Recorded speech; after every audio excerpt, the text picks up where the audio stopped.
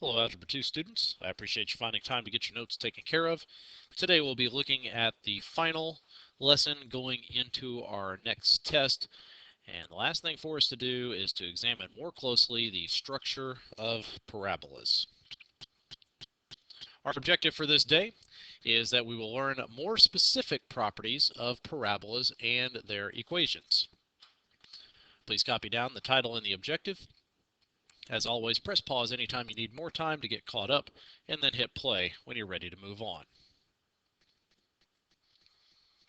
Okay, so let's look at some information that we, in a lot of cases, should already know. First, recall that the parent function, or the apparent equation for a parabola is, and the basic function is y equals x squared. Now, as we have seen here in recent days, okay, more specifically, it's not just x squared. The x squared also comes with some other terms. We have an x to the first term and a constant, or if you put it in vertex form, it would look like this. Y equals x minus h is then squared plus k. Now, one of the things that we have not really tinkered with much at all is the fact that parabolas do not necessarily have to open upwards or downwards. It is very possible that they might actually open following the x-axis, so they might open sideways. Okay. We don't pay a whole lot of attention to this particular style of parabola because we spend so much time worrying about functions. And in order for a parabola to be a function, it will have to open upward or downward. Okay, but if we are not concerned about our graph actually being a function, we might see an equation that looks like this. Instead of x being the second dimension and y being the first dimensional variable, it could be reversed where x is in the first dimension and y is in the second dimension. Expanded into vertex form, it would look like this. X equals y minus h squared plus k. Now, these greatly complicate things, especially for those of you that have never learned to graph. You just type things in your calculator, and whatever the calculator says, that's what you try to copy down. Okay? Because as you can tell, these equations are not going into the calculator. The calculator needs y to be isolated. Y is not isolated. That would leave it up to you to get it isolated. And some of us are just not all that dependable at solving for y. At any rate, another little tidbit here. If you remember back earlier in the year, we had discussions on inverses. In order to do an inverse, we switched the variables. We reversed the positions of the x and the y variable in an equation. Well, if you're paying attention, you'll notice that the first two equations on your screen and the last two equations on your screen did exactly that. The x and the y have been reversed. Okay.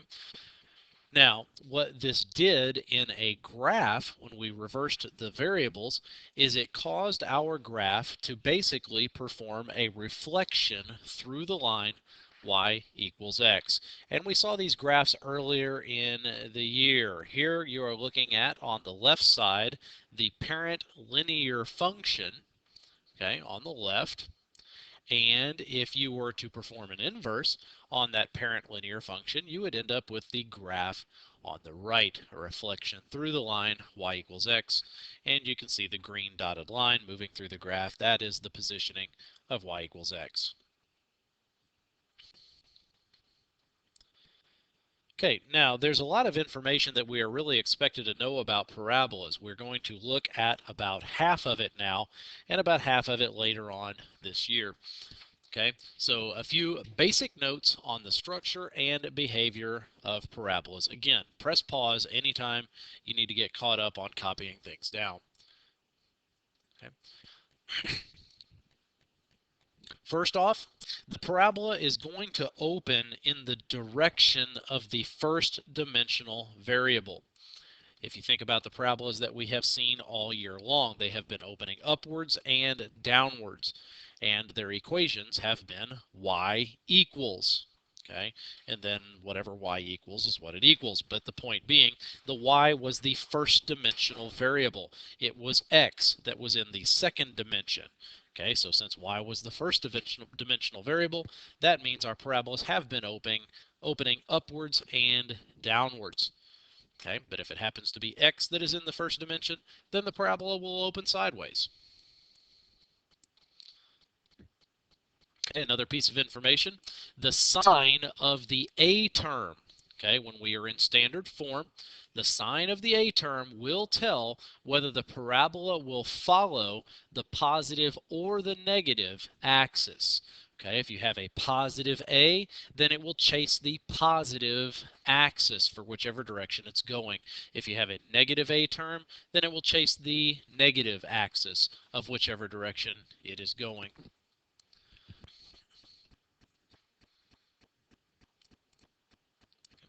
Keep in mind that the parent function of the value of a is 1. Y equals 1 x squared, or x equals 1 y squared. Okay? As a becomes a smaller and smaller value, getting smaller than 1, such as 3/4, 1/2, 1/3, 1/4, and so on, smaller a values will cause the parabolas to open up. They will appear wider. Okay, but as a becomes a value that is larger than 1, such as 1.5 or 2 or 10 or whatever, that is going to cause the graphs to become skinnier. Remember, as you increase the amplitude on a parent function, what you are doing is you are increasing the speed of the graph, increasing how fast does it run to infinity. Bigger numbers makes it run faster to infinity, smaller numbers makes it run slower to infinity. As we have already stated, our parabola's vertex will be located at h comma k.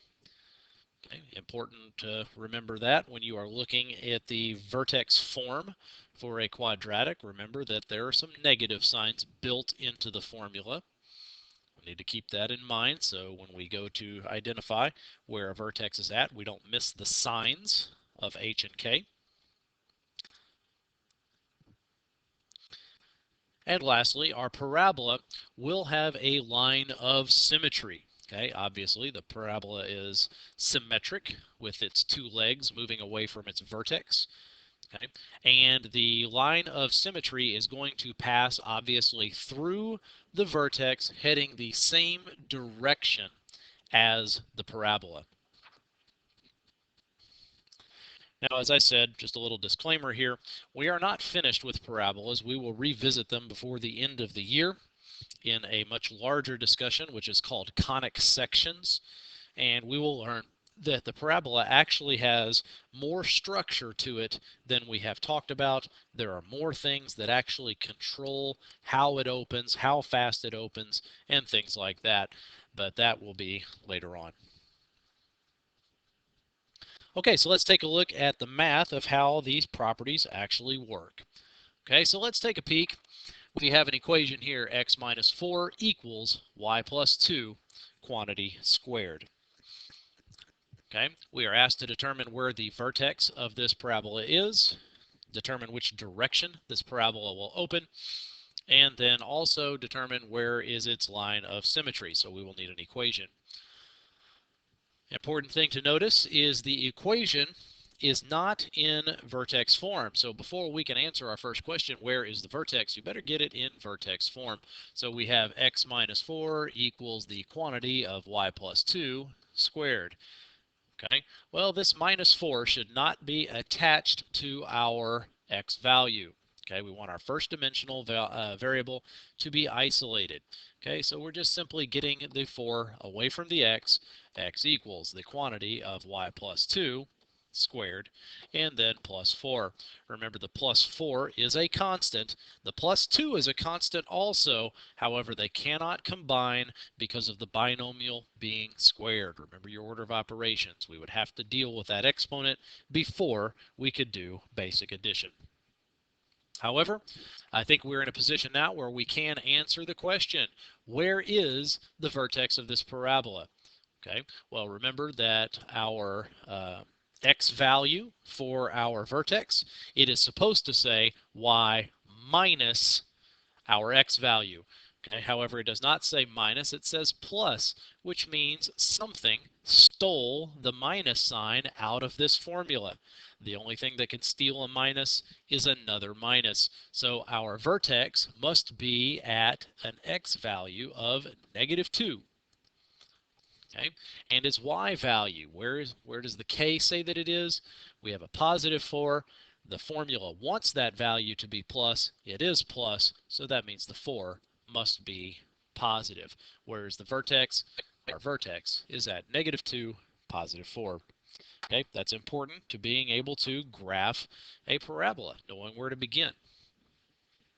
Which direction will the parabola open? Okay. Well, once again, we said earlier that the parabola will open in the direction of the first dimensional variable. So this one is simply as easy as going, okay, which variable is first dimension? Obviously, the x is in this case. That means our parabola is going to be opening horizontally. Okay, but that's not our answer because there's two different directions on horizontal. Okay, obviously we could go left towards the negative x-axis, or we could go right towards the positive x-axis. So which one is it going to be? Okay, well, look at the sign of y squared, the sign of our second dimensional variable. If it's positive, then our value, our parabola should chase the positive x-axis. If it's negative, it should chase the negative x-axis. And looking back over here, there is nothing to suggest that this y squared would want to be negative. So that means our parabola is going to the right. It's going to the positive x-axis. And where is its line of symmetry? Okay, well, we already know that our line of symmetry will be traveling horizontally along with our parabola. The question is, where would it be positioned?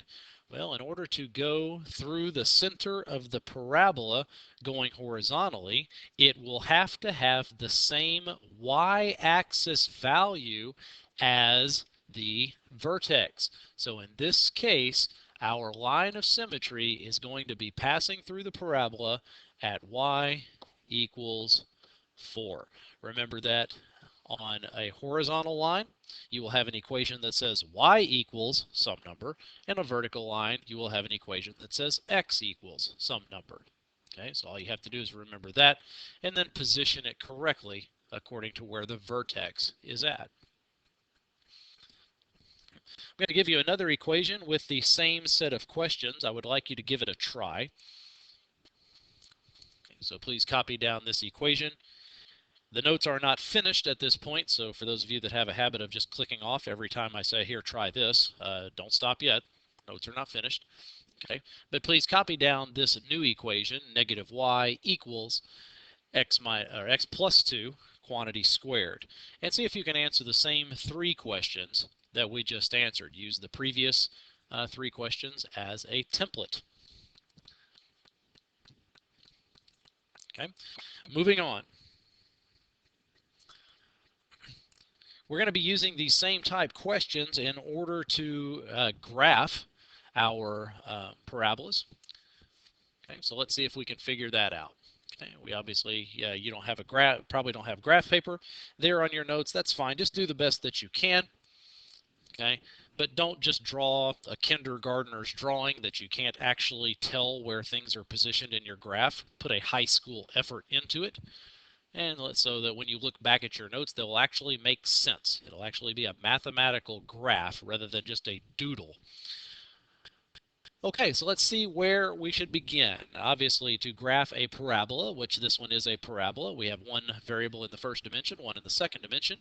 Okay, let's see where our vertex is at.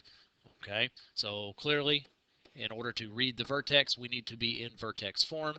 Y equals x squared minus 3. Okay, well, so where is this vertex? Well, there is supposed to be a value that is attached directly to the x value. Okay, but there is not. So what does this mean? Okay, if there is no value attached there, it must be 0. That means when we go to write down our vertex of our parabola, Okay, it's going to be positioned on the y-axis because there is no x value identified. Okay. The y value, our k, okay, is clearly -3, straight from the problem. Okay, so our parabola's vertex will live right there, 0, -3. Okay, now we're not going to get tremendously carried away here. We're just going to kind of figure out the basics. Which direction should our parabola go from there? Okay, well, our rules say that the parabola should open in the direction of the first dimensional variable. So which variable is first dimensional in this case? This one would be the y. So our parabola is either going upward or downward, but it's doing something vertically. Okay, now we need to check our second dimensional variable and see if it's positive or negative. If it's positive, we're going to go to the positive y-axis. If it's negative, we're going to go to the negative y. So take a look. Nothing to suggest that the second dimensional variable is trying to be negative in any way, which means that our parabola should open upward. Okay. Now, there's also no change to the amplitude. Okay. So as the x value moves over 1, the y value should move up 1. As the x value moves over 2, the y value should be move up 2 squared, which would be 4. If we move over 3, we should move up 9, 3 squared, 3 squared. So very easy to see. Parabola trying to do that. Now our line of symmetry. Okay, clearly the line of symmetry is coming straight down the y-axis in this case. Okay, and the equation of our line of symmetry would be x equals 0. X equals because it's a vertical line, and 0 because that is the x value of the center of our parabola. Let's look at another. This one's more complicated, but all it usually means is that we have to do a little bit more organization before we can get to our graph. Okay, so let's see what we have to do here. All right, first thing is we need to isolate our first dimensional variable. Currently, our first dimensional variable is with the x minus 2, and it's got a negative attached to it. Now you've got two options here. You can either distribute the negative into the parentheses, like that, in order to eliminate it, and then you can get into the parentheses. However, you could also just recognize, you know what, that negative is going to have to leave our x alone anyway. So what I'm going to do is I'm going to move it to the other side of the problem by dividing the entire problem by 1. That would give us x minus 2, and there would be no more use for the parentheses on the left side. And now I've got a negative of everything that's going on the right side.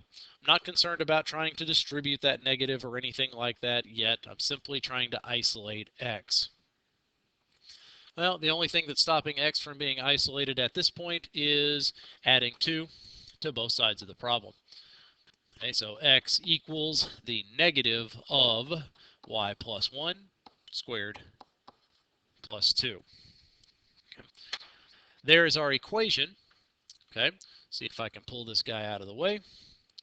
And then I'm going to remove the rest of this work so we can get to the graph. Let's see what we've got. Okay, where is the vertex for this parabola? Okay. Our vertex is going to live at the negative of h. Okay, so the negative of our h value right there. Okay, it's supposed to be a negative built into the formula. It's not. That must mean our h is -1. Okay, our k value is currently written as a 2. That's supposed to be positive, and it is, so our vertex must be at -1, +2. There's our vertex. Okay. Which direction shall our parabola run? Okay. It's going to follow the first dimensional variable. This one's an x. So our parabola is going sideways this time. Let's see if we can figure out which direction, whether it's going to the left or going to the right. Okay. It will go the direction of the square, the second dimensional variable. The sign of that will tell us the direction. Well, clearly, looking right there, Once that y plus 1 squared has been simplified, that negative is waiting outside to distribute. That's going to cause the y squared to be a negative value. That's going to send our parabola towards the left. Okay, it's following the negative x-axis. Okay, so there's a basic sketch of our parabola. And he also will have a line of symmetry, obviously, coming right through there. And again, since it is horizontal, the equation is y equals, and then you just have to list the y value of that vertex, which is 2.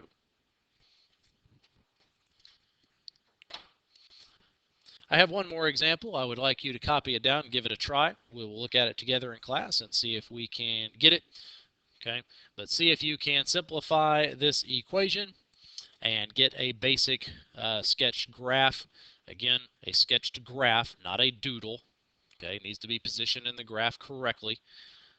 And I appreciate you taking time to get your notes tuned in. You have a test coming up next Tuesday. Please make sure you are well prepared for that. Some of you have quite a bit of catch up to do after ignoring some of your assignments and notes over the last couple of weeks. I will see you in class.